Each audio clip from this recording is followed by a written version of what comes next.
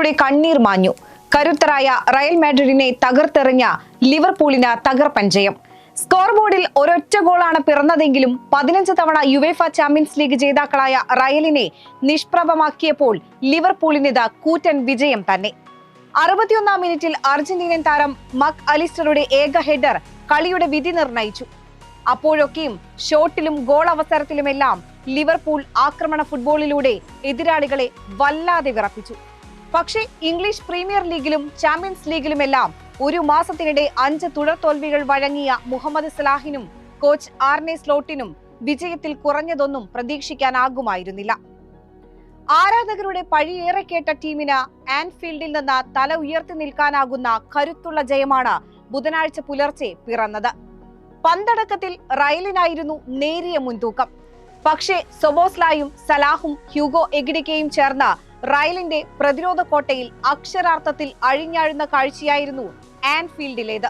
അടിച്ചുകൂട്ടിയ ഷോട്ടുകളിലും ഒരുക്കിയ അവസരങ്ങളിലും ലിവർപൂൾ മുന്നിൽ നിന്നു. ഇതോടെ ഗോളെന്നുറപ്പിച്ച 8 ഷോട്ടുകളാണ് goal keeper Thibaut Courtois തടുത്തിട്ടത്.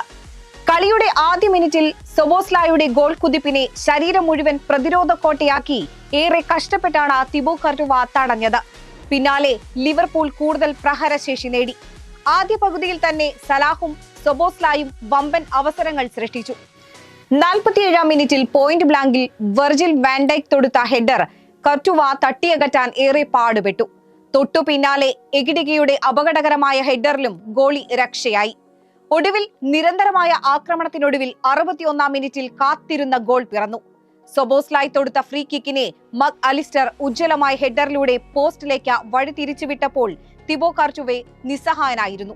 Kylian Mbappe, Vinicius Junior, Jude Bellingham, Arda Guler, Camavinga, Tchouameni എന്നിവർ അണിനിരന്ന ആരും കൊതിക്കുന്ന മുന്നേറ്റ നിര ഒന്നും ചെയ്യാനാകാതെ കളത്തിൽ അലിഞ്ഞു.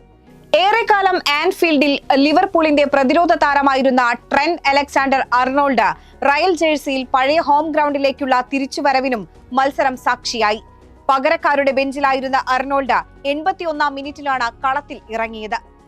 മറ്റു മത്സരങ്ങളിൽ നിലവിലെ ചാമ്പ്യന്മാരായ PSG-യെ ബയേൺ മ്യൂണിക് 2-1-നും ആഴ്സണൽ സ്ലാവിയ പ്രാഹയെ 3-0-നും തോൽപ്പിച്ചു. യുവേഫ ചാമ്പ്യൻസ് ലീഗിൽ മാഞ്ചസ്റ്റർ സിറ്റിയും ബാഴ്സലോണയും ഇന്റർ മിലാനും ഇന്ന് 4-ാം റൗണ്ട് മത്സരത്തിനിറങ്ങും.